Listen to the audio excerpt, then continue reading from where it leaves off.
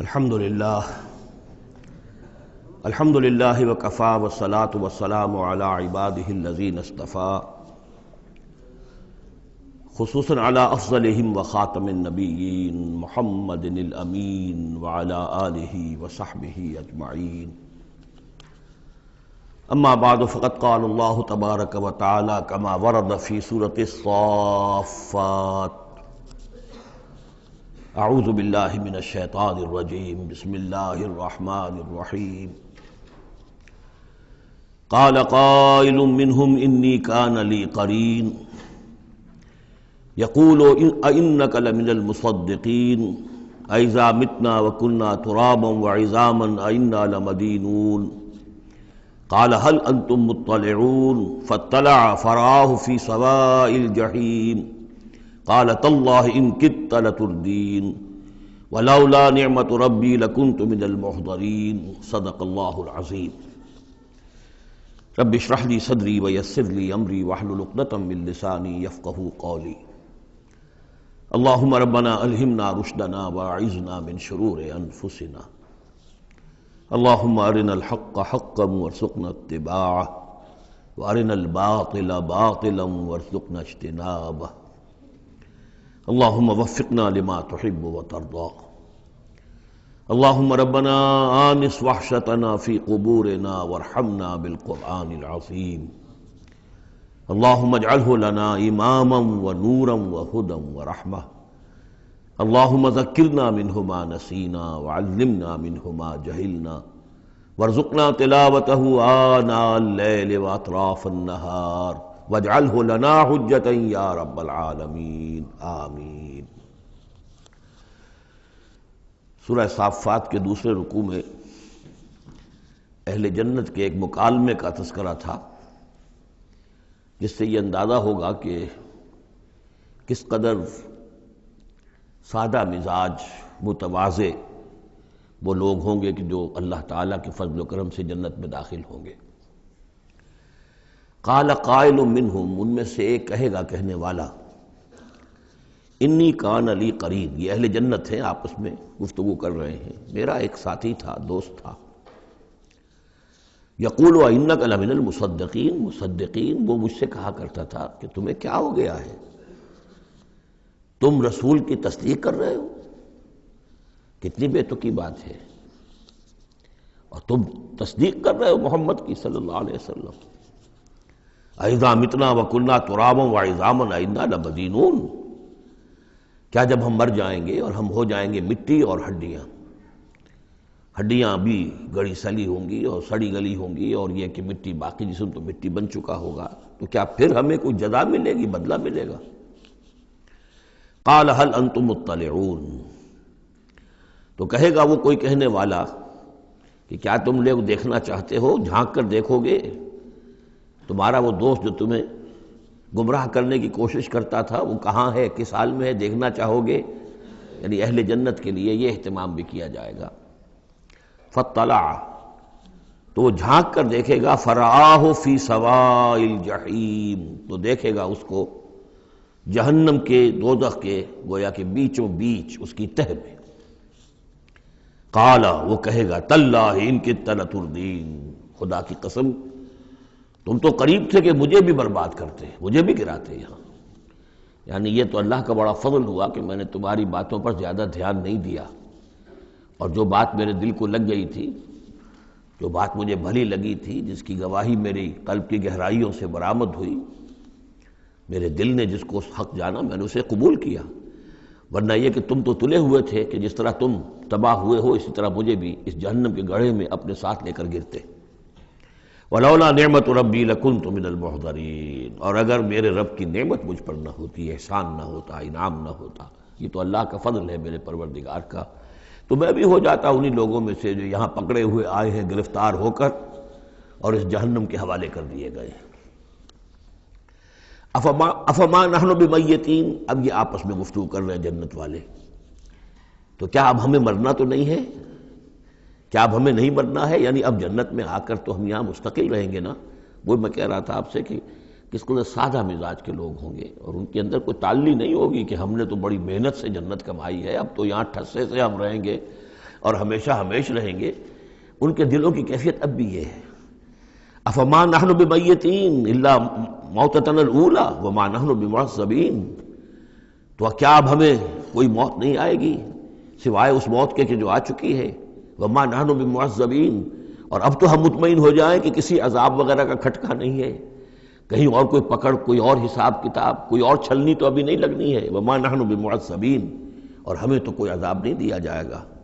ان ھذا لہو الفوز العظیم، یقیناً یہ تو پھر بہت بڑی کامیابی ہے۔ لمثل ھذا فلیعمل العاملون، بس عمل کرنے والوں کو ایسی چیز کے لیے عمل کرنا چاہیے، اس انجام تک پہنچنے کی کوشش کرنی چاہیے۔ یہ ہے وہ انجام کہ جو اہل جنت کا ہوگا، اور اس انجام کو اپنے سامنے رکھ کر ہر محنت کرنے والا، عامل تو سب ہیں، بھاگ دوڑ تو سب کر رہے ہیں، دنیا پیش نظر ہے، دنیا بھی بغیر بھاگ دوڑ کے تو نہیں ملتی، محنت ہوتی ہے، دن رات کی ہوتی ہے، خون پسینہ ایک کر کے دنیا ملتی ہے، لیکن یہ ہے کہ اصل میں یہ خون پسینہ جو ہے انسان کا وہ اتنا قیمتی ہے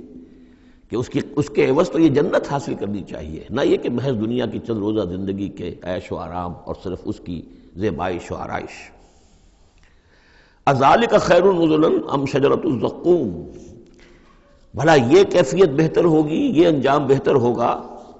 یا وہ ایک مہمان نوازی کے اعتبار سے نزل پہلی مہمان نوازی، ام شجرۃ الزقوم، یا زقوم کا درخت بہتر ہوگا کہ جو جہنمیوں کو دیا جائے گا، ان کا جو ناشتہ ہوگا وہ زقوم سے ہوگا۔ انا جعلناها فتنۃ للظالمین، ہم نے اس درخت کو ظالموں کے لیے، کافروں کے لیے فتنہ بنا دیا۔ اس کا ذکر آ چکا ہے سورہ بنی اسرائیل میں کہ یہ جو درخت ہے زقوم، قرآن کہتا ہے کہ جنت جہنم میں ہوگا، جہنم تو آگ کی جگہ ہے، تو وہاں درخت کیسے ہو جائے گا؟ کہاں درخت کہاں آگ؟ تو ہم نے اس کو فتنہ بنا دیا ہے۔ وہ لوگ سب ساری چیزیں جو ہے اس دنیا کے قوانین پر قیاس کر رہے ہیں، اس عالم کے قوانین یہ نہیں ہے، اس قوانین اور ہیں۔ یہاں کی آگ تو ایک دفعہ جلا دیتی ہے تو انسان مر جاتا ہے، وہاں کی وہ آگ جلائے گی لیکن مرنے نہیں دے گی۔ یہاں کھال جھلس گئی تو پھر کوئی لمبی چوڑی جو ہے وہ پلاسٹک سرجری کی جائے تو شاید دوبارہ کچھ ہو جائے، ورنہ یہ کہ خود بخود تو نہیں آ جائے گی، لیکن وہاں یہ ہے کہ جیسے ہی کھال جھلس جائے گی اور کھال اللہ تعالیٰ ان کو عطا کر دے گا۔ تو وہاں کے نوامیس، وہاں کے قوانین، وہاں کے جو بھی لاز ہیں وہ مختلف ہیں یہاں کے قوانین سے۔ انا جعلناها فتنۃ للظالمین انہا شجرۃ تخرج فی اصل الجحیم، وہ ایک درخت ہے کہ جو جہنم کے بالکل تہ میں سے ابھرے گا، نکلے گا۔ طلعھا کانہ رؤوس الشیاطین، اور اس کے گابھے ایسے ہوں گے، خوشے ایسے ہوں گے جیسے شیطانوں کے سر ہیں، یعنی کوئی بہت ہی خوفناک قسم کے اور بہت بدنما۔ فَإِنَّهُمْ لَآكِلُونَ مِنْهَا، پھر یہ جو جہنمی ہے یہ کھائیں گے اس میں سے مجبور ہو کر۔ ویسے انسان اس کو دیکھنا تک پسند نہیں کرے گا، اس میں اس قدر کراہت ہوگی، لیکن یہ کہ چونکہ بھوک کی شدت ہوگی تو وہ کھائیں گے، منہ ماریں گے اس میں۔ فَمَالِئُونَ مِنْهَا الْبُطُونَ، اور اس سے اپنے پیٹوں کو بھریں گے۔ ثُمَّ إِنَّ لَهُمْ عَلَيْهَا لَشَوْبًا مِّنْ حَمِيمٍ، پھر جب اندر سے وہ کھولے گا اور پیاس کی طلب ہوگی تو پھر انہیں ایسا پانی دیا جائے گا کھولتا ہوا پینے کے لیے کہ جس میں پیپ کی ملاوٹ ہوگی، پیپ ملایا گیا ہوگا۔ لَشَوْبًا مِّنْ حَمِيمٍ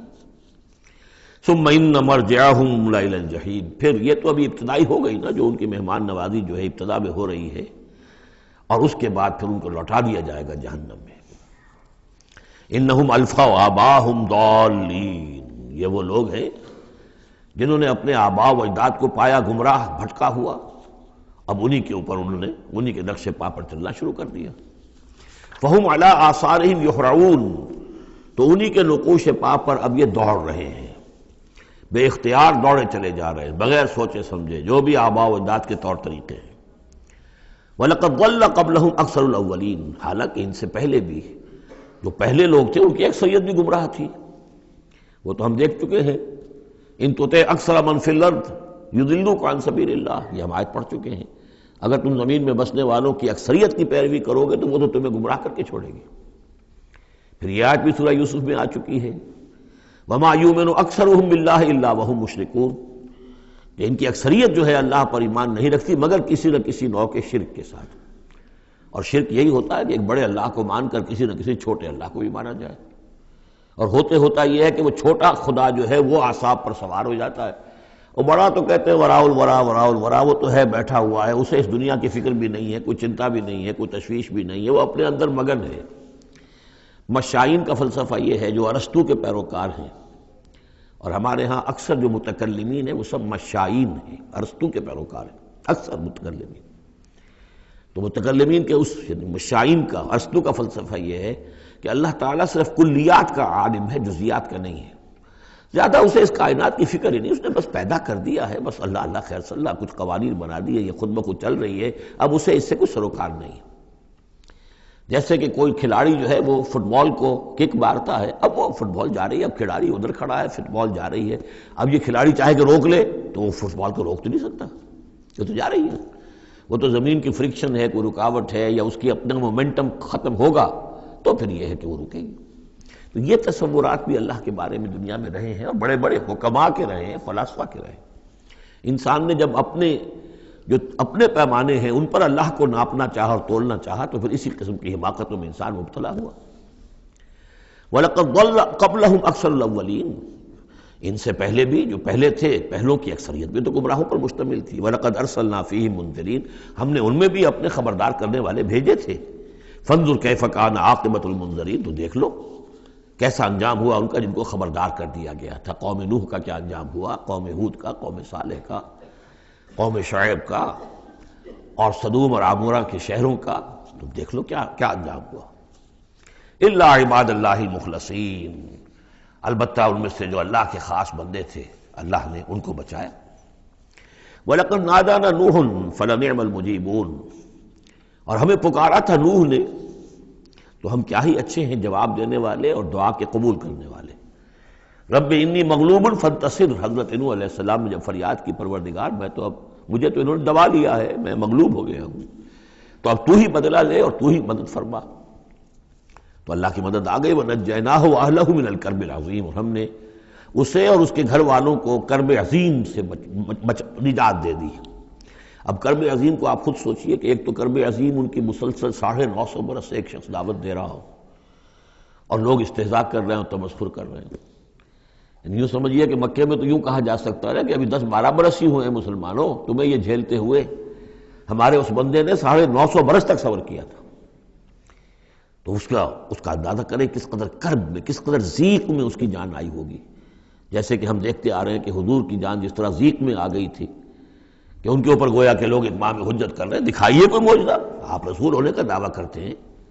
تو ایسا ہی معجزہ دکھائیے جیسے موسیٰ نے دکھائے، جیسے عیسیٰ نے دکھائے۔ اور ادھر سے اللہ تعالیٰ کا فیصلہ یہ ہے کہ کوئی ایسا حصی معجزہ ہم نہیں دکھائیں گے۔ تو چکی کے 2 پارٹوں کے درمیان محمد الرسول اللہ صلی اللہ علیہ وسلم آئے ہوئے۔ یہ تو سورہ انعام جو اس کا کلائمیکس ہے اس موضوع کا، اس عنوان کا، وہ پڑھ چکے ہیں۔ کرب عظیم پھر وہ بھی ہے کہ جب وہ بارش آئی ہے اور طوفان آیا ہے تو اب اس وقت بھی تو جو ہلچل مچی ہوگی اس کا آپ اندازہ کیجئے، کیا بھاگ دوڑ ہوئی ہوگی، کہاں کہاں لوگوں نے جان بچانے کی کوشش کی ہوگی۔ یوں ہی تو نہیں ہو گیا کہ بس آنے واحد کے اندر وہ سب کے سب غرق ہو گئے۔ تو کرب عظیم جو اس وقت ہوا ہے، یوں سمجھیے کہ ایک قیامت صغریٰ ہو گئی ہوگی۔ یا ایھا الناس اتقوا ربکم ان زلزلۃ الساعۃ شیء عظیم، تو اس کا کچھ نہ کچھ عکس تو اس وقت ہوا ہوگا۔ تو اس کرب عظیم سے ہم نے ان کو بچا لیا۔ وجعلنا ذریتہ هم الباقین، یہ آیت بہت اہم ہے حکمت قرآنی اور فلسفہ قرآنی کے اعتبار سے۔ اور ہم نے بنا دیا اسی کی اولاد کو باقی رہنے والا۔ اس سے یہ ثابت ہوتا ہے، یہ ایک اسلوب حصر ہے کہ حضرت نوح کے بعد پھر کسی اور شخص کی نسل دنیا میں چلی نہیں۔ یعنی یہ کہ ان کے ساتھ 72 تھے، 80 تھے، کتنے نہیں تھے۔ ایک جگہ قرآن میں یہ بھی آیا ما آمن معہ الا قلیل، سوائے چند لوگوں کو ایمان نہیں لایا۔ اور گمان یہی ہے کہ یا تو حضرت نوح علیہ السلام اور ان کے 3 بیٹے اور ان کے اہل خانہ، اور ممکن ہے کہ ایک بیوی تو پیچھے رہ گئی، غرق ہونے والی تھی، لیکن کوئی اور بیوی ان کی ہو کہ ان کے ساتھ ہو، اور باقی یہ کہ ممکن ہے ان کے جو کچھ ملازم ہوں گے، خادم ہوں گے بس، اور میرا یہ خیال ہے کہ ان پر کوئی ایمان نہیں لایا۔ پھر ظاہر بات ہے وہ خادم وغیرہ جو ہوتے ہیں پھر ان کے ساتھ تو اتنا اہتمام نہیں ہوتا کہ ان کی اولادیں بھی آگے چل سکیں، لہذا جو اولاد چلی ہے وہ صرف حضرت نوح علیہ السلام کے 3 بیٹوں سے۔ گویا کہ نسل انسانی جو ہے اب دنیا میں جتنے انسان ہیں وہ حضرت نوح علیہ السلام کے 3 بیٹوں کی نسل سے ہیں، سام، حام اور یافس۔ اور یہ کہ اسی لیے ان کو آدم ثانی کہا جاتا ہے۔ آدم اول تو حضرت آدم تھے، انہی سے نسل چلی انسانی، لیکن ابھی جو ہے جو میرا اندازہ تقریباً 2000 برس کا ہے، اس 2000 برس کے عرصے میں اسی علاقے میں آبادی ابھی ہوئی ہے، ابھی آبادی اور ادھر ادھر پھیلی نہیں تھی، اور وہی وہ عظیم جو ہے سیلاب آ گیا، سب کے سب غرق ہو گئے، چند لوگ جو بچے ان کے ساتھ، محسوس ہوتا ہے کہ ان کی بھی آگے نسل نہیں چلی، صرف حضرت نوح علیہ السلام کے 3 بیٹوں سے۔ وَجَعَلْنَا ذُرِّيَّتَهُ هُمُ الْبَاقِينَ، یہ جو ہے حصر کا بڑا زوردار جو ہے یہ اسلوب ہے۔ وَتَرَكْنَا عَلَيْهِ فِي الْآخِرِينَ، آخرین، اور ہم نے اسی طریقے پر پھر پچھلوں کو چھوڑ دیا، پچھلوں میں سے کچھ لوگ اسی کے راستے پر چلے، حضرت نوح علیہ السلام کے راستے میں۔ ظاہر بات ہے کہ ان کے تینوں بیٹوں کی اولاد کچھ عرصے تک تو یقیناً بالکل دین حق پر اور دین توحید ہی پر چلی ہوگی، پھر جیسے وقت گزرا پھر شیطان نے ورغلایا اور یہ کہ مختلف قسم کے توہمات میں اور مختلف قسم کے وہ جو شرک ہیں ان کے اندر مبتلا کر دیا۔ سلام علی نوح فی العالمین، سلام ہو نوح پر تمام جہانوں میں۔ انا کذالک نجزی المحسنین، اسی طرح ہم بدلہ دیتے ہیں اپنے محسن بندوں کو، وہ بندہ جو درجہ احسان کو پہنچ گیا ہو، اسلام، ایمان اور پھر سب سے اوپر احسان۔ انہ من عبادنا المؤمنین، یقیناً وہ ہمارے مومن بندوں میں سے تھے۔ ثم اغرقنا الآخرین، اور اس کے بعد ہم نے باقی جتنے بھی تھے ان سب کو غرق کر دیا۔ وَإِنَّ مِن شِيعَتِهِ لَإِبْرَاهِيمَ، اور اسی کی راہ پر چلنے والوں میں، اسی کی جماعت میں سے، اسی کے حزب میں سے ابراہیم تھے،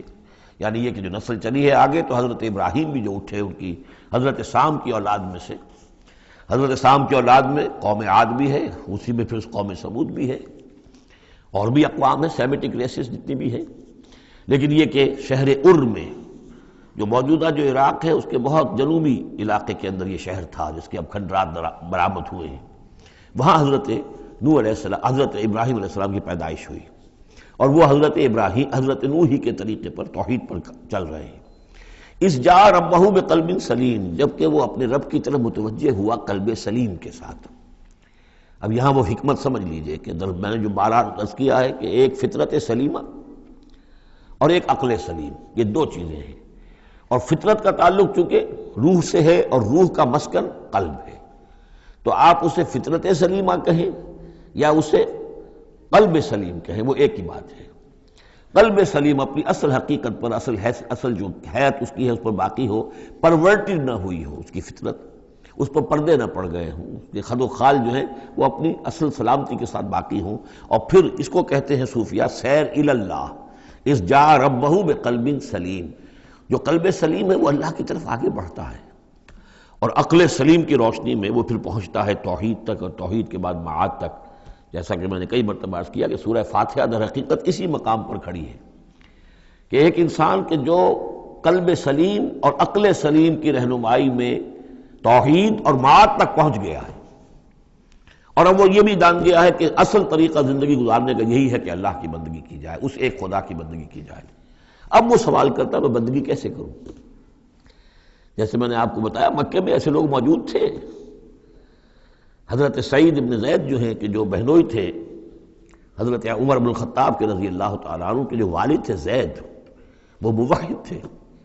اور کعبے کے پردے پکڑ پکڑ کر دعا کیا کرتے تھے کہ اللہ میں صرف تجھے پوجنا چاہتا ہوں، تیری بندگی کرنا چاہتا ہوں، لیکن نہیں جانتا کیسے کروں۔ ظاہر بات ہے، اس لیے اہدنا الصراط المستقیم، یہ ہے اصل میں سورہ فاتحہ کا جو نظم ہے کہ وہاں تک تو پہنچ گئے، الحمدللہ رب العالمین الرحمن الرحیم مالک یوم الدین ایاک نعبد، یہاں تک تو انسان پہنچ گیا، لیکن اب بندگی کیسے کریں؟ ایاک نستعین اہدنا الصراط المستقیم، اس بندگی کے لیے تیری مدد چاہیے، توفیق بھی تیری ہو اور ہدایت بھی تیری جانب سے ہو، دو چیزیں ہمیں ملیں گی تو ہم تیری بندگی کا حق ادا کر سکیں گے۔ اذ جاء ربہ بقلب سلیم اذ قال لأبیہ وقومہ ماذا تعبدون، یاد کرو جب کہ انہوں نے کہا اپنی قوم سے اور اپنے والد سے یہ کن چیزوں کو آپ پوجتے ہیں؟ ائفکا آلہۃ دون اللہ تریدون، کیا اللہ کے سوا؟ یہ آپ کے من گھڑت قسم کے افک ہے، یہ تو گھڑی ہوئی چیزیں ہیں جن کو کہ اللہ کے خلاف، اللہ کے سوا آپ نے گھڑ لیا ہے، آپ ان کو چاہتے ہیں، وہ محبوب اور مطلوب ہو گئے، تریدون۔ اب دیکھیے یہ وہی ہے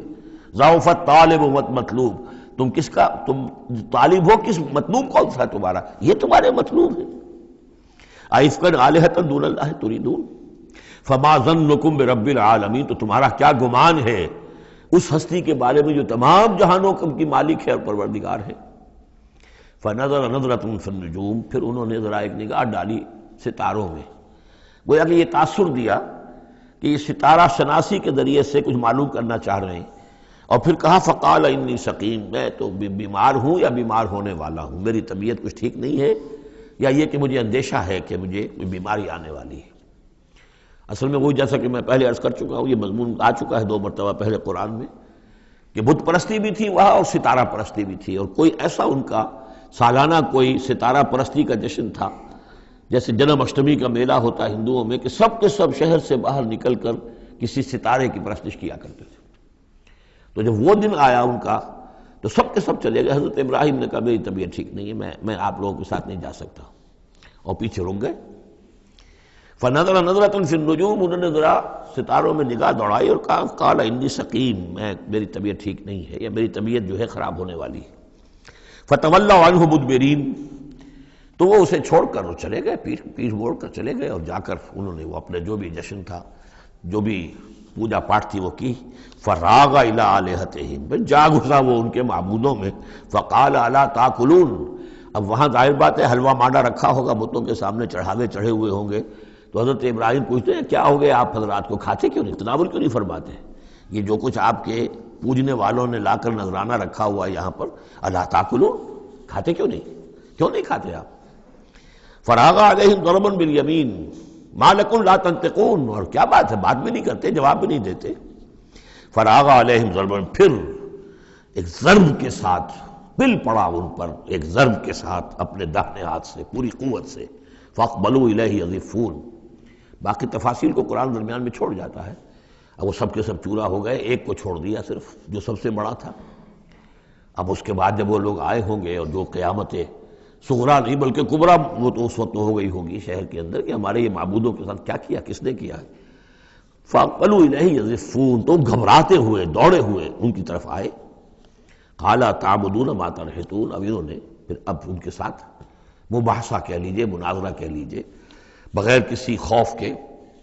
اتعبدون ما تنحتون، کیا آپ لوگ پوجتے ہیں ان چیزوں کو جنہیں خود تراشتے ہیں اپنے ہاتھ سے؟ واللہ خلقکم وما تعملون، یہ آیت بھی حکمت قرآنی اور فلسفہ قرآنی کے اعتبار سے بہت اہم ہے، جبکہ اللہ نے تمہیں بھی بنایا ہے اور تمہارا عمل جو ہے اس کا بھی پیدا کرنے والا اللہ ہے۔ اس پر اہل سنت کا یہ عقیدہ ہے کہ انسان کاسب عمل تو ہے، خالق عمل نہیں ہے۔ یعنی میں نے ارادہ کیا کہ میں یہ پیالہ اٹھاؤں، اس ارادہ کرنے کا معاملہ تو میرا ہے، اور اسی کی بنا پر اگر یہ ارادہ نیک ہے تو جزا، اور غلط ہے تو سزا۔ باقی یہ اٹھا سکنا اس کا، یہ میرے بس کا روگ نہیں ہے جب تک کہ اذن رب نہ ہو، اس لیے کہ نہ معلوم کتنی فورسز آف نیچر ہیں جو اس میں انوالوڈ ہیں، کتنا پریشر ہوا کا اس کے اوپر ہے، پھر یہ کہ میرا اپنا جسمانی نظام جو ہے کہ میرے دماغ کا فیصلہ میرے ہاتھوں تک کنوے کرنے والے جو وہ الیکٹرک وائر ہیں اندر، وہ وائرنگ میں کوئی گڑبڑ ہو جائے کہیں، لیکن یہ ساری چیزیں جو ہوتی ہیں تو اعمال کا خالق اللہ ہے، کاسب انسان ہے۔ واللہ خلقکم وما تعملون، یہاں خاص طور پر یہ اس لیے کہا جا رہا ہے کہ تم نے تراشے ہیں نا یہ، تو تم جو کچھ کرتے ہو اپنے ہاتھوں سے، تمہارے جو اعمال ہوتے ہیں ان کا خالق بھی اللہ ہے۔ قالوا ابنوا له بنيانا فالقوه في الجحيم، انہوں نے کہا اس کے لیے ذرا ایک بڑا الاؤ بناؤ، بڑی عمارت تعمیر کرو، اور پھر اس کو ایک جہنم کے اندر جھونک دو، آگ کے اندر ڈال دو۔ فارادوا به كيدا فجعلناهم الاسفلين، تو انہوں نے اس کے ساتھ اس پر ایک داؤ آزمایا تھا، لیکن ہم نے انہی کو کر دیا نیچے، یعنی وہ شکست خوردہ۔ یہ میں اس کی وضاحت کر چکا ہوں پہلے کہ داؤ کون سا تھا۔ یہ داؤ یہ تھا کہ انہیں توقع یہ تھی کہ اب جب بہرحال الاؤ بن رہا ہے، اس میں آگ دہکائی جا رہی ہے، تو حضرت ابراہیم کے علم میں آ رہا ہے، یا ہو سکتا ہے دیکھ بھی رہے ہوں، تو انہیں توقع یہ تھی کہ یہ سارا نشہ ان کا ہرن ہو جائے گا جب یہ دیکھیں گے آگ کو، اور جب گرانے لگیں گے انہیں تو فوراً تائب ہو کر اور ہماری جو بھی ہمارے عقائد ہیں ان میں واپس آ جائیں گے، اس لیے کہ یہ آسان کام نہیں ہے۔ یہ ان کی چال تھی کہ یہ آ کر ان کے 14 طبق روشن ہو جائیں گے جب آگ کے کنارے پہ لا کے ان کو کھڑا کیا جائے گا، لیکن وہ تو بے خطر کود پڑا آتش نمرود میں، عشق عقل ہے محو تماشائے لبے بام ابھی۔ تو حضرت ابراہیم علیہ السلام نے جب یہ کچھ کیا اور پھر اللہ نے گل و گلزار بنا دیا اس آگ کو، تو وہ لوگ جو ہے نہایت ناکام اور خائب و خاسر ہوئے۔ وقال انی ذاہب الی ربی سیہدین، اور اب حضرت ابراہیم نے فرمایا کہ میں اپنے رب کی طرف جاتا ہوں، وہ مجھے ہدایت دے گا، یعنی راستہ بتائے گا، یعنی اب ہجرت کر رہے ہیں، یہ قانون ہے۔ جب کسی نبی اور رسول کے قتل پر آمادہ ہو، ظاہر بات ہے کہ آمادگی سے کیا آگے بڑھ کر، انہوں تو آمادگی سے بھی آگے نکل گئے، اپنی طرف سے تو ڈال ہی دیا نا آگ میں، اللہ نے بچا لیا اور بات ہے۔ جیسے کہ یہودیوں نے حضرت مسیح کو تو اپنے طور پر تو سولی پر چڑھا دیا، اللہ نے جو کیا وہ علیحدہ بات ہے، اللہ نے معجزے کے طور پر ان کو آسمان پر اٹھا لیا۔ قال انی ذاہب الی ربی سیہدین، میں تو اب اپنے رب کی طرف ہجرت کروں گا اور وہ مجھے راستہ بتائے گا، میں جاؤں کہاں۔ رب حب لی من الصالحین، بہت لمبا راستہ انہیں لینا پڑا ہے، اس لیے کہ یہ عراق اور شام اور فلسطین کے درمیان بہت بڑا صحرا ہے، درمیان میں یہ زیادہ تر جو شرق اردن کا پورا علاقہ بہت زبردست صحرا ہے، یہ تو ادھر سے کوئی جا ہی نہیں سکتا تھا، وہ تو وہی جو دریا کے ساتھ ساتھ جو ہے فرات کے ساتھ ساتھ ہوتے ہوئے اوپر گئے ہیں، ہاران کا علاقہ ہوتا تھا، شمالی شام کا علاقہ، پھر وہاں سے پھر نیچے اترے ہیں اور فلسطین کے علاقے میں پہنچے، بہت لمبا سفر کرنا پڑا۔ وقال انی ذاہب الی ربی سیہدین رب حب لی من الصالحین، اور اب دل سے ایک دعا نکلی، پروردگار مجھے عطا فرما کوئی نیک بیٹا، صالح بیٹا، حب لی مجھے دے، بخش دے۔ فبشرناہ بغلام حلیم، تو ہم نے اسے ایک ایسے بیٹے کی بشارت دی جو حلیم ہے۔ اس لفظ حلیم کے بارے میں ایک بات بہت نوٹ کر لیجئے، یہ قرآن مجید میں صرف اللہ کے لیے آیا ہے یا صرف دو اشخاص کے لیے، حضرت ابراہیم کے لیے اور حضرت اسماعیل کے لیے، تیسری کسی جگہ پر کسی شخصیت کے لیے حلیم کا لفظ نہیں آیا۔ کل 3 مرتبہ آیا ہے غیر اللہ کہہ لیجیے، یعنی باقی تو اللہ کے لیے حلیم تو وہ تو ہے ہی ہے، بار بار آ رہا ہے، بار بار آ رہا ہے،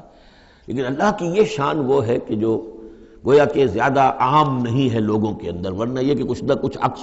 ہر چیز کا اللہ کی صفات کا لوگوں میں ہے، لیکن حلم جس کو کہتے ہیں، حضرت ابراہیم کے لیے 2 مرتبہ اور حضرت اسماعیل کے لیے غلام حلیم۔ اس کے مقابلے میں حضرت اسحاق کے لیے لفظ آتا ہے غلام علیم، علیم اور حلیم، اس کو اچھی طرح نوٹ کر لیجیے، ایک میں علم زیادہ اور انہی سے پھر آگے جو ہے نبوت کا سلسلہ چلا ہے، اور ایک میں حلم زیادہ، وہ حضرت اسماعیل ہے۔ فلما بلغ معه السعی قال یا بنی انی اری فی المنام انی اذبحک فانظر ماذا تری، تو پھر جب وہ پہنچے اس عمر کو کہ ان کے ساتھ بھاگ دوڑ کر سکیں، ان کے کام میں ہاتھ بٹا سکیں، قال یا بنی، انہوں نے کہا ہے میرے بیٹے میں تو دیکھ رہا ہوں، انی ارا فعل مضارع ہے کہ 3 دن ہو گئے مجھے دیکھتے ہوئے، خواب دیکھ رہا ہوں، ایک ہی خواب، میں نیند میں دیکھ رہا ہوں، انی اذبحک کہ میں تمہیں ذبح کر رہا ہوں، فانظر ماذا تری، تو تم دیکھو تمہاری رائے کیا ہے، تمہارا کیا خیال ہے۔ قال یا ابت افعل ما تؤمر، یہ ہے ان کا حلم، انہوں نے کہا فوراً ابا جان کر گزریے جس چیز کا آپ کو حکم ہو رہا ہے، انہیں معلوم ہے کہ میرے والد نبی ہیں اور میرے والد کا خواب وہی ہے، وہ کوئی ایسا خیال نہیں ہے کہ جو من گھڑت خیال ہو یا کسی شیطان کی طرف سے کوئی ان کو جو ہے اس طرح کی چیز جو ہے وہ دکھائی جا رہی ہو۔ تو انہوں نے کچھ نہیں کہا، ابا جان پتہ نہیں سوچئے تو صحیح ہے، خواب باقی خواب صحیح ہے، سچا ہے، کیا ہے، نہیں کچھ نہیں۔ یا ابت افعل ما تؤمر ستجدنی انشاءاللہ من الصابرین قریب، انشاءاللہ آپ مجھے پائیں گے صبر کرنے والوں میں۔ یہی میں سمجھتا ہوں کہ ان کا وہ رویہ ہے کہ جس کی وجہ سے یہ حلیم کا خطاب اللہ تعالیٰ کی طرف سے انہیں ملا ہے۔ یہاں یہ بات بھی نوٹ کر لیجئے کہ یہود نے بڑی زبردست کوشش کی ہے تورات میں تحریف کرنے کی، کہ ذبیح اللہ حضرت اسماعیل کے بجائے حضرت اسحاق کو قرار دیا جائے، جگہوں کے نام بدل دیے ہیں، فلسطین میں بھی ایک علاقہ، ایک جگہ کا نام مریا رکھ دیا ہے، مروا، جیسے مروا کے اوپر قربان گاہ تھی وہ مریا وہاں بنا دیا ہے، وہاں بھی ایک مکہ بنا دیا، وادی بقا، وادی بقا وہ مکہ، اس لیے کہ مکہ جو ہے وہ وادی مکہ تھی، جس میں کہ یہ اللہ تعالیٰ نے حضرت ابراہیم کو وہ جگہ بتائی کہ یہ ہے بیت اللہ کا مقام۔ اور یہ کہ عجیب بات یہ ہے کہ بعض ہمارے مفسرین بھی ان کے اس پروپیگنڈے سے متاثر ہو گئے ہیں، اور یہ کہ ذبیح اللہ جو ہے وہ حضرت اسماعیل نہیں بلکہ حضرت اسحاق ہے۔ غالباً اگر میرا حافظہ ہو کر نہیں کھا رہا تو تبری اس مغالطے میں مبتلا ہو گئے، بہت بڑے مفسر ہیں۔ تو اس پر جو کتاب لکھی مولانا حمید الدین فراہی نے عربی زبان میں، وہ بہت مارکے کی کتاب تھی، الرائے الصحیح فی من ہوا ذبیح، کون ذبیح ہے اس کے بارے میں صحیح رائے، عربی زبان میں لکھی، اس کا ترجمہ مولانا اصلاحی صاحب نے کیا تھا، وہ ہم نے شائع کیا تھا انجمن خدام القرآن کے تحت، غالباً اب بھی کہیں ہوگا، لیکن وہ کتاب اتنی دقیق ہے، اتنی مشکل ہے، عام ذوق کی نہیں ہے، اس لیے میں نے ایک مرتبہ بہت سی وہ شائع کر لی تھی، وہ بہت عرصے تک پڑھی نہیں، پھر اس کے پڑھنے والے نہیں نکلے۔ قال یا بنی انی اری فی المنام انی اذبحک فانظر ماذا تری قال یا ابت افعل ما تؤمر ستجدنی ان شاء اللہ من الصابرین فلما اسلما وتلہ للجبین، تو جب ان دونوں نے فرما برداری کی روش اختیار کر لی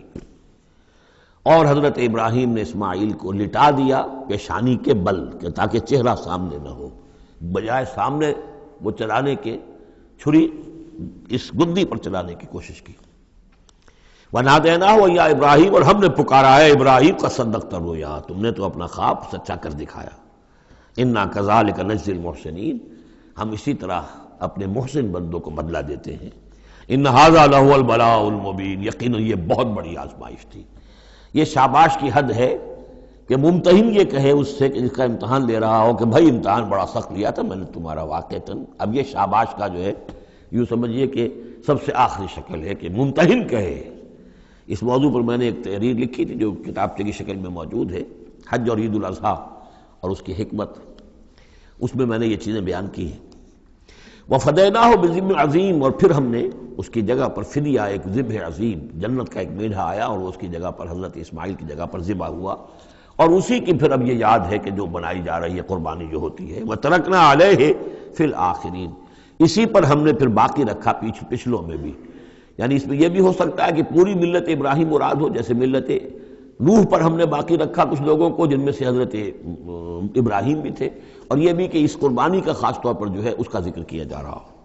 سلام علی ابراہیم، سلام ابراہیم پر، کذالک نجزی المحسنین، اسی طرح ہم بدلہ دیتے ہیں اپنے محسن بندوں کو، انہ من عبادنا المؤمنین، یقیناً وہ ہمارے مومن بندوں میں سے تھے۔ وبشرناہ باسحاق نبیا من الصالحین، اور ہم نے بشارت دی انہیں اسحاق کی کہ جو انبیاء ہی میں کے زمرے میں سے ایک نبی ہوں گے۔ وبارکنا علیہ وعلی اسحاق، اور ہم نے اپنی برکتیں نازل فرمائی ان پر بھی اور اسحاق پر بھی علیہم الصلاۃ والسلام۔ ومن ذریتہما محسن وظالم لنفسہ مبین، اور ان کی اولاد میں سے نسل میں سے بہت نیکوکار بھی نکلے، بہت محسن بھی نکلے، لیکن یہ کہ ظالم لنفسہ مبین، صاف صاف اپنے نفس پر ظلم کرنے والے بھی نکلے، ہر طرح کے لوگ نکلے۔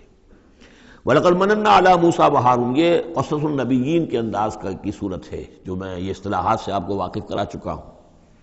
وَلَقَدْ مَنَنَّا عَلَىٰ مُوسَىٰ وَهَارُونَ، اور اسی طرح ہم نے موسیٰ اور ہارون پر بھی احسان فرمایا۔ وَنَجَّيْنَاهُمَا وَقَوْمَهُمَا مِنَ الْكَرْبِ الْعَظِيمِ، اور ہم نے انہیں دونوں کو اور ان کی قوم کو کرب عظیم، اس بڑی کرب سے اور بڑے غم اور اردو سے نجات دلائی، نجات دی۔ وَنَصَرْنَاهُمْ فَكَانُوا هُمُ الْغَالِبِينَ، اور ہم نے ان کی مدد کی پھر وہی غالب ہوئے، یعنی ان کے سامنے ان کا دشمن جو ہے غرق ہوا۔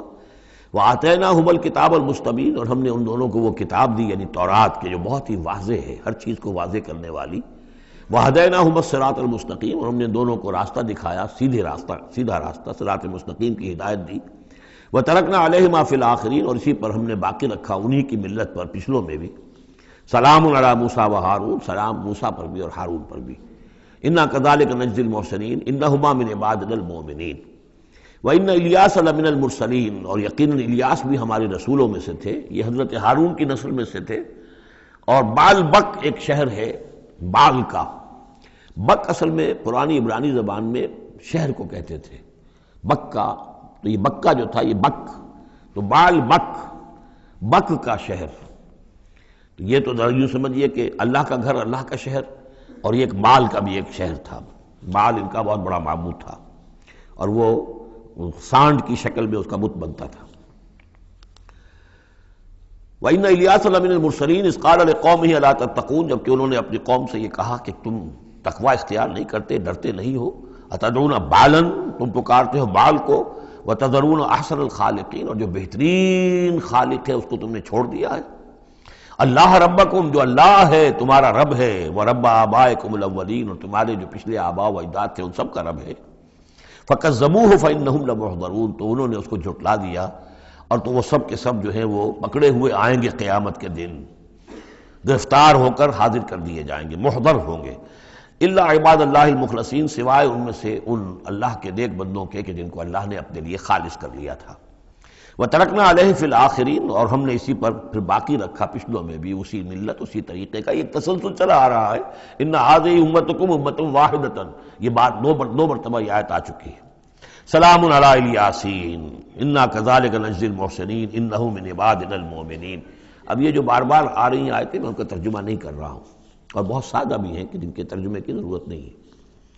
وَإِنَّ لُوطًا لَمِنَ الْمُرْسَلِينَ، اور یقیناً لوط بھی رسولوں میں سے تھے، اِذْ نَجَّيْنَاهُ وَأَهْلَهُ أَجْمَعِينَ، جبکہ ہم نے اسے بھی نجات دی اور ان کے گھر والوں کو بھی، سب کو۔ اصل میں اس کے سب کی تفصیل قرآن مجید سے تو ایسے معلوم ہوتا ہے کہ خاصا بڑا خاندان ہوگا، خاصا بڑا گھرانہ ہوگا، جن میں سے صرف ایک جو ہے عورت، ان کی بیوی جو تھی وہ رہ گئی پیچھے۔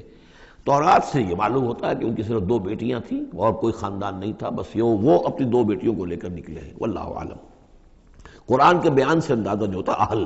تو معلوم ہوتا کہ خاندان جو ہے وہ کسی سائزیبل ہوگا، واللہ عالم۔ الا عجوزا فی الغابرین، سوائے ایک بڑھیا کے جو پیچھے رہنے والوں میں تھی۔ ثم دمرنا الاخرین، پھر ہم نے جڑ سے اکھاڑ کر پٹک دیا پچھلوں کو، باقیوں کو۔ وانکم لتمرون علیہم مصبحین، اور تم گزرتے ہی ہو صبح کے وقت ان پر سے،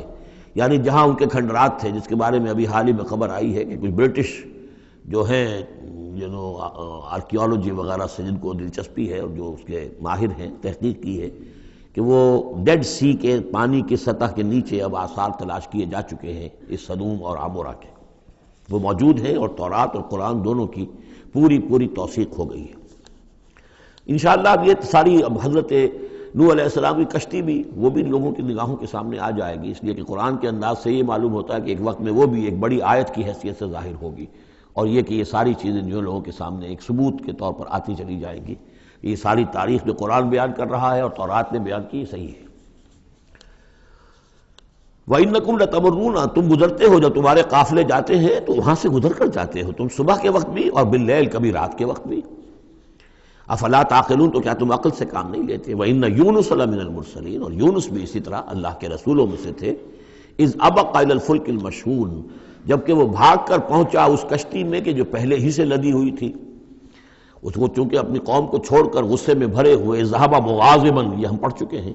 یعنی اپنے قوم کے انکار اور کفر کی وجہ سے اتنا انہیں طیش آیا، اتنا غصہ ہوا، غضبناک ہو کر، بس یہ غلطی ہوئی کہ انہیں انتظار کرنا چاہیے تھا کہ اللہ تعالیٰ کی طرف سے انہیں ایکسپریس پرمیشن ملے، واضح کہ اب ہاں تم اپنی قوم کو چھوڑ کر چلے جاؤ۔ اس کے بغیر رسول اپنی جگہ نہیں چھوڑ سکتا۔ لیکن یہ کہ وہ اس وقت جو ان کے اندر حمیت حق تھی وہ اتنے جوش میں آئی کہ بس ایک بات کا سہو ہو گیا، خطا ہو گئی۔ اب وہ گئے ہیں چھوڑ کر، تو پھر وہ غالباً وہی دجلہ اور فرات میں سے کسی دریا کے اندر کوئی کشتی ہوگی، اس میں یہ سوار ہو گئے۔ فَسَاهَمَ فَكَانَ مِنَ الْمُدْحَضِينَ، تو اس کشتی کا کوئی ڈولنے لگی، کوئی معلوم ہوا کہ ڈوب جائے گی، تو انہوں نے یہ کہا ان کے اپنے رواج کے مطابق، یا تو یہ کہ وزن کم کرنے کے اعتبار سے سوچا ہوگا کہ ایک آدمی کو تو یہاں سے اترنا ہوگا ورنہ پوری کشتی ڈوب جائے گی۔ روایات میں یہ بھی آتا ہے کہ انہوں نے سمجھا کہ کوئی غلام بھاگا ہوا آیا ہے اور اس کی وجہ سے ہماری یہ کشتی جو ہے یہ اب یہ ڈوبنے کے قریب آ گئی ہے، تو پھر اس قرآن اندازی کی کہ کون ہے وہ، اور قرآن اندازی میں نام حضرت یونس کا نکلا، تو انہوں نے اٹھا کے انہیں اور وہ دریا میں پھینک دیا۔ فساہما، انہوں نے قرآ ڈالا، فکان من المدحضین، تو وہی ہوا جسے دھکیل دیا گیا دریا کے اندر۔ فالتقمہ الحوت، تو اسے نگل لیا مچھلی نے، کوئی ویل ہوگی بڑی مچھلی، اور آج کل تو آپ کو معلوم ہے جس سائز کی ہوتی ہیں۔ وہو ملیم، اور وہ ملامت اللہ کی طرف سے۔ اب ظاہر بات ہے کہ جو بھی خطا ہو جاتی ہے اور جتنی بڑی شخصیت ہوتی ہے اس کے بارے میں ان کی چھوٹی سی خطا کے اوپر بھی اللہ کا جو اظہار ہوتا ہے ناراضگی کا، وہ بہت سخت ہوتا ہے۔ جن کے رتبے ہے سوا، ان کی سوا مشکل ہے ان کے مقامات کے اعتبار سے۔ فلولا انہ کان من المسبحین، تو اگر نہ ہوتے وہ تسبیح کرنے والوں میں سے، لا الہ الا انت سبحانک انی کنت من الظالمین، وہ ہم پڑھ چکے ہیں آیت کریمہ۔ اس کا انہوں نے اس کشتی، اس مچھلی کا معاملہ اللہ نے ایسا خاص بھی رکھا ہوگا کہ کوئی اور ان کو جو ہے وہ ابھی ان کی موت وہاں واقع نہیں ہوئی، اس کے اندر گھٹن کی وجہ سے، اللہ کے اختیار میں سب کچھ ہے، اور وہ وہاں زندہ بھی رہے اور تسبیح کرتے رہے۔ فلبث فی بطنہ الی یوم یبعثون، للبث، تو وہ رہتا، اگر وہ نہ ہوتا مسبحین میں سے، تسبیح نہ کرتا، یہ آیہ کریمہ کا ورد وہاں نہ انہوں نے کیا ہوتا، تو یہ کہ وہ پھر رہتا اسی کشتی، اسی مچھلی کے پیٹ میں، یوم یبعثون، قیامت تک، وہیں سے ان کا بعث بعد الموت ہوتا۔ فنبذناہ بالعراء، لیکن یہ کہ انہوں نے چونکہ اللہ سے اپنی معافی چاہی اور استغفار کیا، لا الہ الا انت سبحانک انی کنت من الظالمین، تو اللہ تعالیٰ نے ان کو اس مچھلی کو حکم دیا، اور مچھلی نے اسے بالعراء، ایک چٹیل میدان میں کہیں اگل دیا، اور جا کر وہ ایک ساحل کے پر کسی پر چٹیل میدان کے اوپر وہ ڈال دیے گئے۔ وہو سقیم، حالت ان کی خستہ تھی، مچھلی کے پیٹ میں رہے ہیں تو کوئی ڈائجسٹو جوسز وغیرہ نے آخر کھال وال کو جو کچھ کیا ہوگا، بہت خستہ حالت کے اندر وہ مچھلی نے اگل دیا، اب وہ چٹیل میدان پر پڑے ہیں۔ اب یہ جو ہے فَأَنبَتْنَا عَلَيْهِ شَجَرَةً مِّن یقطین، تو ہم نے اس پر ایک یقطین کا درخت اگا دیا۔ اس کی مجھے اس سے پہلے کئی تفاسیر میں تو نہیں ملی ہے بات، لیکن ہمارے ہاں ایک صاحب یہی کراچی میں، ان کا انتقال ہوا چند سال پہلے، احمد الدین مارہروی، یہ محکمہ تعلیم سے متعلق تھے، اللہ تعالیٰ ان پر اپنی رحمت نازل فرمائے، بہت نیک آدمی تھے، میثاق کے بڑے پرانے خریداروں میں سے تھے۔ تو وہ محکمہ تعلیم میں کبھی رہے ہیں مکران کے علاقے میں، تو ان کا وہاں ایک وہ بیل ہوتی ہے، اگین کہتے ہیں، اگین، یہ یعنی بلوچوں کے ہاں اور مکرانیوں کے ہاں اس کا نام اگین ہے، اور وہ بیل ایسی ہے کہ جس کے پتے بڑے بڑے ہوتے ہیں اور وہ زمین میں پھیلتی جاتی ہے، اور اس کی اندر کچھ ایسا انسیکٹیسائیڈ ہے، کوئی ایسی چیز ہے، ریپیلنٹ ہے، کہ کوئی جو ہے حشرات الارض اس کے قریب نہیں آتے۔ تو اللہ تعالیٰ نے وہ اگین کا درخت جو ہے، اچھا یقطین جو ہے، اب وہ قاف گاف بنتا ہے، وہ تو آپ کو معلوم ہے پورے سعودی عرب میں بھی قاف جو ہے قم کو وہ گم ہی کہتے ہیں، تو یقطین سے یقین، یقین سے اگین وہ بن گیا ہوگا، تو وہ اب بھی موجود ہے، وہ پودا وہ ایک بیل کی طرح پھیلتا ہے، اور اس کا جو ایک جو ہے جیسے ہمارے یہاں گھیا ہوتا ہے، گول گھیا، اس قسم کا اس کا پھل ہوتا ہے، بہت میٹھا، وہ اس میں لگتا ہے۔ تو اللہ تعالیٰ نے ان کے لیے گویا کہ انتظام کر دیا کہ یہ یہاں پڑے ہیں تو ان کے زخم وغیرہ ٹھیک ہوں، کھال صحیح ہو، لہذا ان کے اوپر کوئی جو ہے حشرات الارض ان کے اوپر حملہ آور نہ ہو جائیں، کوئی بیکٹیریا نہ آ جائیں، تو وہ چیز ریپیلنٹ جو ہے وہ اس کے اندر موجود تھی اگین کے اندر۔ وَأَنبَتْنَا عَلَيْهِ شَجَرَةً مِّن یقطین، ہم نے یقطین کی ایک بیل اس کے اوپر اگا دی۔ اب اس کا سایہ بھی ہو گیا، دھوپ سے بھی بچت ہو گئی، اور وہاں پڑے پڑے ہی وہ جو پھل جو ہوگا اس کا، کہ جو اس کے اندر مٹھاس بھی تھی اور غذا بھی دے رہی ہے، تو وہاں سے ان کو وہ پھل بھی اللہ نے دے دیا۔ وَأَرْسَلْنَاهُ إِلَىٰ مِائَةِ أَلْفٍ أَوْ يَزِيدُونَ، پھر ہم نے انہیں ٹھیک کر کے یعنی صحت یاب کر کے پھر ہم نے انہیں بھیج دیا 1,00,000 انسانوں کی طرف۔ آیا یہ اپنی ہی قوم کی طرف واپس آئے ہیں یا کسی اور قوم کی طرف بھیجے گئے، یہ یقین کے ساتھ معلوم نہیں ہے، لیکن یہ کہ پھر انہیں، اور غالباً یہی ہے اغلب کہ اپنی ہی قوم کے پاس واپس آ گئے، جن کا کہ عذاب ٹل گیا تھا، حالانکہ عذاب کے آثار شروع ہو چکے تھے، لیکن سورہ یونس میں ہم پڑھ چکے ہیں، ایک ہی یہ واقعہ ہوا ہے تاریخ میں کہ عذاب کے آثار شروع ہونے کے بعد کوئی قوم توبہ کرے اور اس کی توبہ قبول ہو جائے، اور یہ کہ عذاب الہی ٹل جائے۔ فَأَرْسَلْنَاهُ إِلَىٰ مِائَةِ أَلْفٍ أَوْ يَزِيدُونَ، تو ہم نے 1,00,000 کے آدمی اور ان سے بھی کچھ زیادہ کی طرف انہیں بھیجا۔ فَآمَنُوا فَمَتَّعْنَاهُمْ إِلَىٰ حِينٍ، تو وہ ایمان لے آئے اور ہم نے پھر انہیں دنیا کا سامان متاع دنیاوی عطا کیا ایک خاص وقت تک کے لیے، یعنی یہ فریش لیز آف ایگزسٹنس، ایک نئی ان کو مہلت دے دی بقا کی۔ فَاسْتَفْتِهِمْ أَلِرَبِّكَ الْبَنَاتُ وَلَهُمُ الْبَنُونَ، اب یہاں پر وہ جو مشرک تھے مکے کے، ان کے جو عقائد تھے، اب ان سے بحث ہو رہی ہے۔ تو اے نبی ذرا ان سے پوچھئے، کیا تیرے رب کے لیے تو بیٹیاں ہیں اور ان کے لیے بیٹے ہیں؟ یعنی یہ کہ اوروں نے تو چلیے بیٹا تو دیا، اللہ کو الاٹ کیا تو بیٹا تو کیا، انہوں نے الاٹ بھی کیے تو بیٹی ہیں جو خود انہوں پسند نہیں ہے۔ ام خلقنا الملائکۃ اناثا، کیا ہم نے فرشتوں کو واقعی مؤنث بنایا تھا؟ وہم شاہدون، وہ گواہ ہیں اس کے، انہیں معلوم ہے کہ واقعتاً ہم نے فرشتوں کو جو بنایا تھا تو مؤنث بنایا تھا۔ الا انہم من افکہم لیقولون، نہیں آگاہ ہو جاؤ، یہ ان کے اپنے بنائے ہوئے جھوٹ موٹ کے عقائد ہیں، اور وہ کہتے ہیں ولد اللہ، اللہ کی اولاد ہوئی، وانہم لکاذبون، یقیناً وہ جھوٹے ہیں۔ اصطفى البنات علی البنین، کیا اللہ تعالیٰ نے بیٹوں کو چھوڑ کر بیٹیاں پسند فرما لی؟ ما لکم کیف تحکمون، تمہیں کیا ہو گیا ہے، تم کیسے فیصلے کر رہے ہو، کیسی رائے دے رہے ہو؟ افلا تذکرون، تو کیا تم دھیان نہیں کرتے، عقل سے کام نہیں لیتے؟ ام لکم سلطان مبین، کیا تمہارے پاس کوئی کھلی سند ہے، کوئی سلطان ہے؟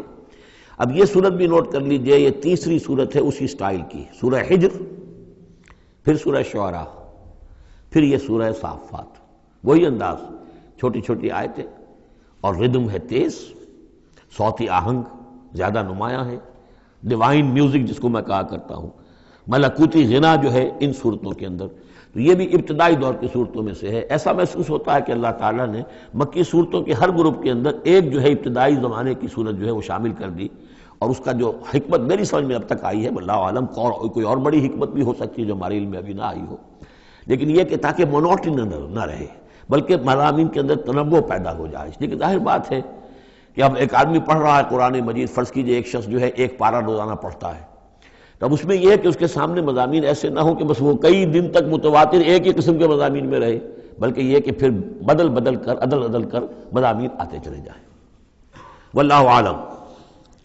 ام لکم سلطان مبین، کیا تمہارے پاس کوئی کھلی سند ہے؟ فاتو بکتابکم ان کنتم صادقین، تو لاؤ نا اپنی کوئی کتاب اگر تمہارے پاس ہے، اگر تم سچے ہو۔ وجعلوا بینہ وبین الجنۃ نسبا، اور انہوں نے ایسا بھی کیا ہے کہ اللہ اور جنوں کے درمیان بھی نسب کا رشتہ قائم کر دیا ہے۔ وَلَقَدْ عَلِمَتِ الْجِنَّةُ وَإِنَّهُمْ لَمُحْضَرُونَ، اور جنوں کو خوب معلوم ہے کہ انہیں تو گرفتار کر کے پیش کیا جائے گا، سب کے سب جو ہیں حاضر کیے جائیں گے۔ سبحان اللہ عما یصفون، اللہ پاک ہے ان تمام چیزوں سے جو یہ بیان کر رہے ہیں۔ الا عباد اللہ المخلصین، سوائے اللہ کے وہ بندے، وہ جنات میں بھی ہوں گے انسانوں میں بھی ہوں گے، اللہ تعالیٰ جنہیں اپنے لیے خالص کر لیتا ہے۔ فَإِنَّكُمْ وَمَا تَعْبُدُونَ، تو تم اور وہ کہ جن کو تم پوجتے ہو، وَمَا أَنْتُمْ عَلَيْهِ بِفَاتِنِينَ، اور کسی کو اس کے ہاتھ سے بہکا کر نہیں لے سکتے، الا من هو صال الجحیم، سوائے اس کے کہ جو خود گرنے والا ہے جہنم کے اندر۔ وما منا الا له مقام معلوم، اب یہ جو ہے یہاں پر جو اس صورت کے شروع کا معاملہ تھا اس کے ساتھ اب جڑ کر یہ بات آ رہی، والصافات صفا فالزاجرات زجرا فالتالیات ذکرا، وہ فرشتے جو صفیں باندھ کر حاضر رہتے ہیں اللہ کے حضور میں، پھر جس کو حکم ہوتا ہے عذاب الہی کہیں بھیجنے کا تو وہ ڈانٹتا ہے، اور اس کی چنگھاڑ جو ہے اسی سے وہ پھر قومیں اور بستیاں ہلاک ہوتی ہیں۔ فالتالیات ذکرا، جن کو حکم ہوتا ہے وہ اللہ کے ذکر کی تلاوت کرتے ہوئے اللہ کے نبیوں تک اس کو پہنچاتے ہیں پیغامات کو۔ اب وہاں ان کی طرف سے وما منا الا له مقام معلوم، ہم میں سے کوئی نہیں ہے، یہ فرشتوں کی طرف سے کہا جا رہا ہے، مگر یہ کہ اس کا ایک ٹھکانہ مقرر ہے۔ دربار میں کوئی 5000 ہے، کوئی 10,000 ہے، کوئی 30,000 ہے، ایسے ہر ایک کا ایک مقام معلوم ہے، مرتبہ مقام معین ہے۔ ملائکہ مقربین ہے، ملائکہ اعلیٰ ہے، ملائکہ دنیا ہے، ملائکہ اسفل ہے، یہ سب کے سب ہیں۔ وما منا الا له مقام معلوم وانا لنحن الصافون، اور ہم تو سب کے سب صفیں باندھے ہوئے مستعد کھڑے ہوتے ہیں۔ وانا لنحن المسبحون، اور یقیناً ہم تو سب کے سب تسبیح کرنے والے ہیں پروردگار کی۔ وَإِن كَانُوا لَيَقُولُونَ لَوْ أَنَّ عِندَنَا ذِكْرًا مِّنَ الْأَوَّلِينَ لَكُنَّا عِبَادَ اللَّهِ الْمُخْلَصِينَ، اور یہ لوگ تو کہا کرتے تھے، بہت زور دے کر کہتے تھے، قسمیں کھا کھا کر کہتے تھے، اگر جیسا کہ پہلوں کے پاس ذکر آیا تھا، اگر ہمارے پاس بھی آیا ہوتا، لَوْ أَنَّ عِندَنَا ذِكْرًا مِّنَ الْأَوَّلِينَ لَكُنَّا عِبَادَ اللَّهِ الْمُخْلَصِينَ، تو ہم تو سب کے سب اللہ کے بڑے نیک اور مخلص بندے بن گئے ہوتے۔ فَكَفَرُوا بِهِ فَسَوْفَ يَعْلَمُونَ، اب جب وہ ذکر آ گیا ہے تو اس سے کفر کر رہے ہیں، اس کا انکار کر رہے ہیں، تو ان قریب یہ جان لیں گے کہ اس کی کیا پاداش ان کو بھگتنی پڑے گی۔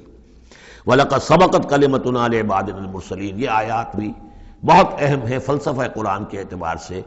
رسولوں اور نبیوں میں ایک بنیادی فرق یہ ہے، نبی کے لیے لازم نہیں ہے کہ اللہ کی مدد آئے اور اسے غلبہ دیا جائے، نبی قتل بھی ہو سکتے ہیں، حضرت یحییٰ قتل ہو گئے، حضرت زکریا قتل ہو گئے، لیکن رسول کو قتل نہیں کیا جا سکتا، رسول مغلوب نہیں ہوگا۔ جیسے ہی محسوس ہوگا کہ قوم غالب آ رہی ہے، رسول مغلوب ہو رہا ہے، رسول اور اس کے ساتھیوں کو بچا لیا جائے گا اور پوری قوم کو غرق کر دیا جائے گا یا برباد کر دیا جائے گا۔ یہ اللہ کا قاعدہ قانون ہے رسولوں کے بارے میں۔ وَلَقَدْ سَبَقَتْ كَلِمَتُنَا لِعِبَادِنَا الْمُرْسَلِينَ، یہ بات تو ہماری پہلے سے طے شدہ ہے اپنے ان بندوں کے لیے کہ جن کو ہم رسول بنا کر بھیجتے ہیں، عبادنا المرسلین، انہم لہم المنصورون، یقیناً ان کی مدد کی جائے گی۔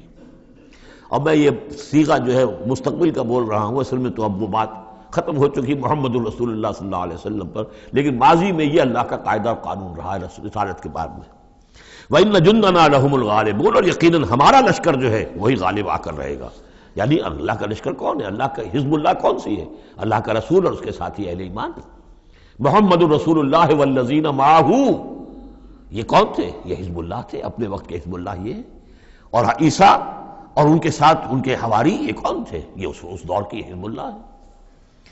فَتَوَلَّ عَنْهُمْ حَتَّىٰ حِينٍ،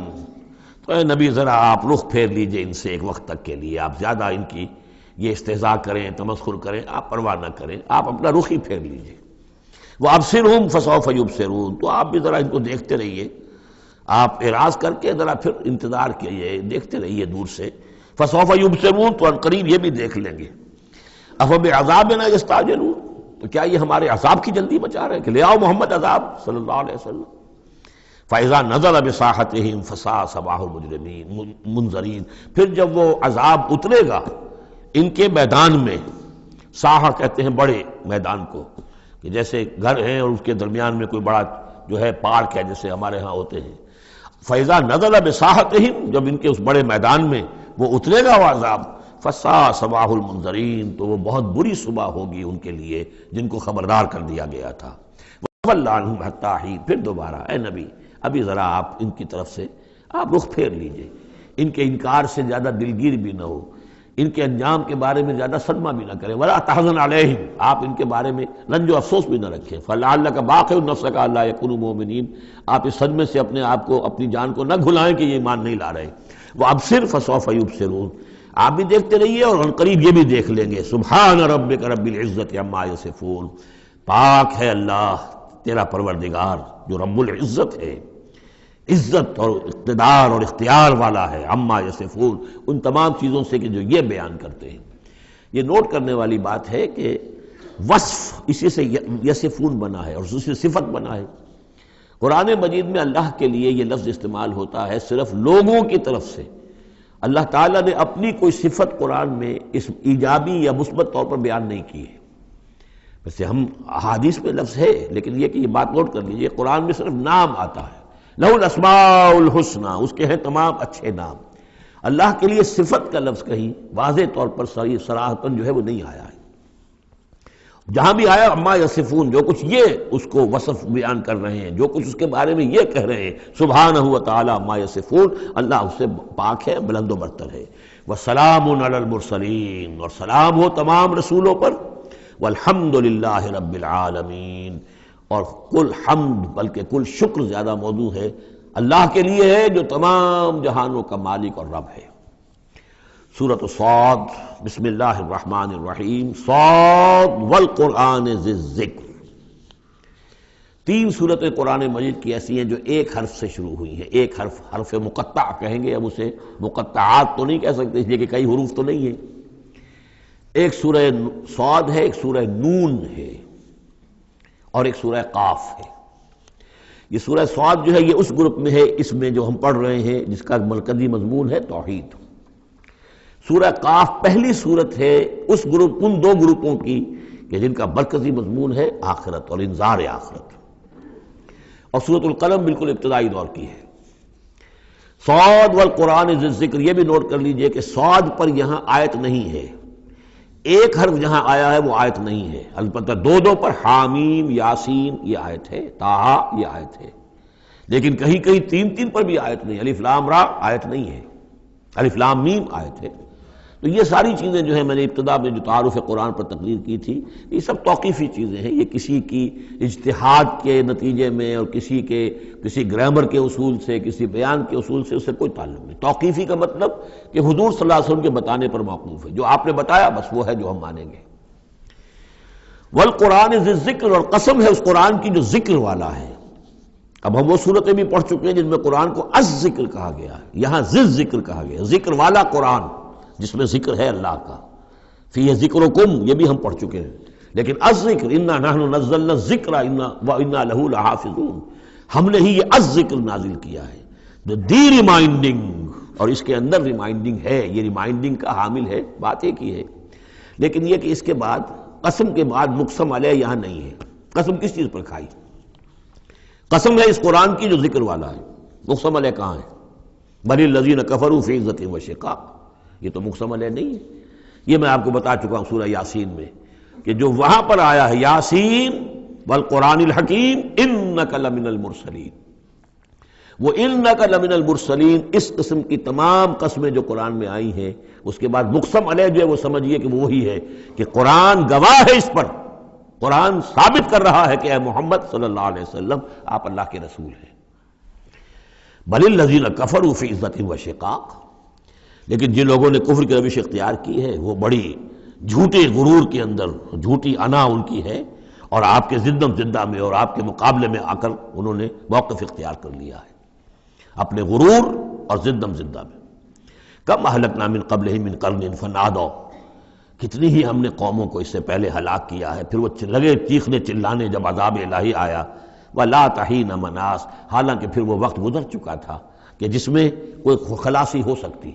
یعنی جب موت آتی ہے، موت کے آثار شروع ہو جائیں تو انفرادی توبہ کا دروازہ بند، جب عذاب کے آثار شروع ہو جائیں تو پھر قوم کی توبہ کا فائدہ نہیں، ہاں سوائے قوم یونس، الا قوم یونس، واحد ایک مثال ہے۔ وعجبوا ان جاءهم منذر منهم، اور ان کو بڑا تعجب ہے کہ ان کے پاس آیا ہے خبردار کرنے والا انہی میں سے، وقال الکافرون ھذا ساحر کذاب، اور یہ کافر کہتے ہیں کہ یہ ساحر ہے اور کذاب ہے۔ یہ دیکھ لیجئے، یہ لفظ جو ہے یہ بہت ثقیل لفظ ہے، لیکن یہ قرآن مجید میں آیا ہے۔ اور یہ نوٹ کر لیجئے کہ اصل میں یہ چونکہ میں عرض کر چکا ہوں کہ چوتھے سال کے بعد یہ جو دو گروپ ہیں صورتوں کے، جن میں سے پہلے گروپ کی 8 صورتیں ہم پڑھ چکے ہیں، اور دوسری کی 13 صورتوں میں سے اب ہم آگے آ گئے ہیں، ان میں 4 پڑھ چکے ہیں، سورہ سبا اور فاطر، یاسین اور صافات، 5ویں صورت یہ ہے صاد۔ یہ ہے سن 4 سے سن 8 تک کی بالعموم سوائے صافات کے۔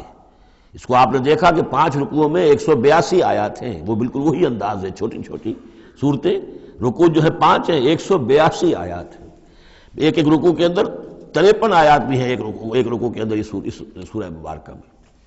بہرحال تو یہ صورت جو ہے اس وقت کی ہے جبکہ وہ جو کشاکش تھی عرب میں وہ شدت اختیار کر چکی تھی، لہذا ان کا اب ان پر جو حملہ حضور پر وہ کر رہے تھے وہ بھی اب شدید ہو چکا تھا۔ ابتدائی دور میں صرف کہا تھا مجنون، معلوم ہوتا ہے کوئی ان کا دماغی توازن ٹھیک نہیں رہا، کسی نے ہمدردانہ بھی کہا کہ معلوم ہوتا ہے کہ کچھ، جیسے ہم بھی کبھی کہتے ہیں کہ کوئی شخص چلہ کشی کرتا تھا، کوئی خشکی چڑھ گئی ہے، کیا ہو گیا ہے، اس طرح کا معاملہ ہو گیا ہے، یہ جایا کرتے تھے، بیٹھتے تھے وہاں غار حرا میں، پتہ نہیں کوئی آسیب آ گیا ہے یا کیا ہوا ہے۔ تو ہمدردی کے انداز میں بھی عتبہ ابن ربیعہ نے ایک مرتبہ کہا کہ بھتیجے میرے بڑے تعلقات ہیں، بڑے عاملوں سے کاہنوں سے میں واقف ہوں، واقعتاً آپ مجھے بتائیے اگر آپ کو اس طرح کا مسئلہ ہے تو میں کسی کاہن کو اور کسی عامل کو بلا کر آپ کا علاج کراؤں۔ تو کچھ ہمدردی بھی تھی، کچھ ویسے استہزاء بھی تھا، کچھ تمسخر بھی تھا، لیکن یہ کہ وہ انداز اور تھا۔ اب جو آ کر انداز ہو گیا، انہیں یہ خطرہ ہو گیا تھا کہ یہ تو بہت شدید ہمارے لیے اب جو صورتحال ہے، یہ تو اب یہ آندھی بن گئی ہے، ہم نے سمجھا تھا مشت غبار ہی ہے، بس یہ ایک ریت کی ایک مٹھی ہے اور کچھ نہیں ہے، یہ تو ایک آندھی بن گئی، جھکڑ بن گیا، لہذا اس کا راستہ روکنا ضروری ہے۔ تو اب ان کا جو حضور پر ذاتی حملہ ہے وہ بھی سخت ہو گیا ہے۔ وقال الکافرون ھذا ساحر کذاب، انہوں نے کہا کہ یہ جادوگر ہے، جھوٹا ہے۔ اجعل الآلہۃ الہا واحدہ، دیکھیے یہ ہے اصل مضمون توحید، ان صورتوں کا جو اصل مرکزی مضمون ہے، کیا اس نے تمام آلہہ کو بس ایک الہ بنا دیا، سارے الہ ختم کر دیے، بس ایک اللہ؟ ان ھذا لشیء عجاب، یہ تو بڑی عجیب بات ہے۔ وانطلق الملأ منهم ان امشوا واصبروا علی آلہتکم ان ھذا لشیء یراد، بڑا نقشہ کھینچ دیا ہے جس کو ورلڈ پکچر کہتے ہیں، کہ ایسا نقشہ ہے جیسے کہ حضور کھڑے ہیں، دعوت دے رہے ہیں، اور کچھ لوگ ہیں، مجمع بھی ہے، کچھ ان کے سردار بھی ہیں، وہ سردار بھی سن رہے ہیں، اور یہ سب سن کر کہتے ہیں وانطلق الملأ، خود بھی چل پڑے وہاں سے، وانطلق الملأ منهم، اور لوگوں سے کہا امشوا، جاؤ جاؤ، کہاں کھڑے ہو، کیوں سن رہے ہو، امشوا جاؤ، واصبروا علی آلہتکم، اور جمے رہو اپنے معبودوں کے اوپر، یہ محمد کے کہنے سے اپنے کسی معبود کو ترک نہ کر دینا۔ وانطلق الملأ منهم ان امشوا واصبروا علی آلہتکم ان ھذا لشیء یراد، یہ تو کوئی خاص مقصد معلوم ہوتا ہے ان کا، ان کی نیت کچھ خراب ہے، یہ کوئی حکومت چاہتے ہیں، شاید کوئی اپنا غلبہ اور اقتدار چاہتے ہیں، یہ بات جو ہے ایسی ویسی نہیں ہے، یقیناً اس کے پیچھے کوئی بڑا مقصد ہے۔ ان ھذا لشیء یراد، جس کا ارادہ کیا گیا ہے، کوئی اسکیم ہے۔ ما سمعنا بھذا فی الملۃ الاخرہ، ہم نے تو ایسی بات سنی نہیں، ہمارا پچھلا چلا آ رہا ہے، ہمارا دین چلا آ رہا ہے، ہماری روایات ہیں، ہمارے آباء و اجداد کی باتیں ہیں جو نسل بعد نسل منتقل ہوئی ہیں، یہ بات جو آج یہ کہہ رہے ہیں وہ ہم نے تو سنی نہیں۔ ان ھذا الا الاختلاف، یہ نہیں ہے مگر گھڑی ہوئی چیز ہے، خلق کی ہوئی چیز ہے، اختلاف باب افتعال خلق سے۔ انزل علیہ ذکر من بیننا، کیا انہی پر یہ ذکر نازل ہونا تھا ہمارے مابین سے؟ کیا ہمارے اندر کوئی اور نہیں تھا؟ بڑے بڑے چودھری تھے، بڑے بڑے سردار تھے، بڑے بڑے سرمایہ دار تھے۔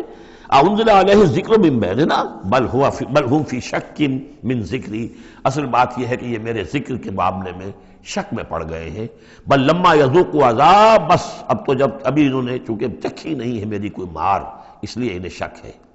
ام عندہ خزائن رحمت ربک العزیز الوہاب، کیا ان کے اختیار میں ہے تیرے رب کے خزانے؟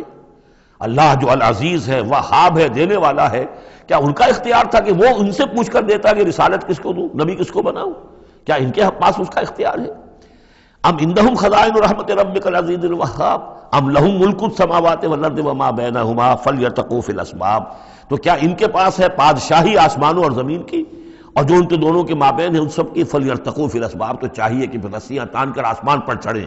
جند ما ہنالک محذوب من الاحزاب، تو جیسے پہلی بہت سی قومیں ہلاک ہوئی ہیں، ایک یہ قوم بھی معلوم ہوتا ہے کہ اب اپنی ہلاکت کو دعوت دینے پر تل گئی ہے۔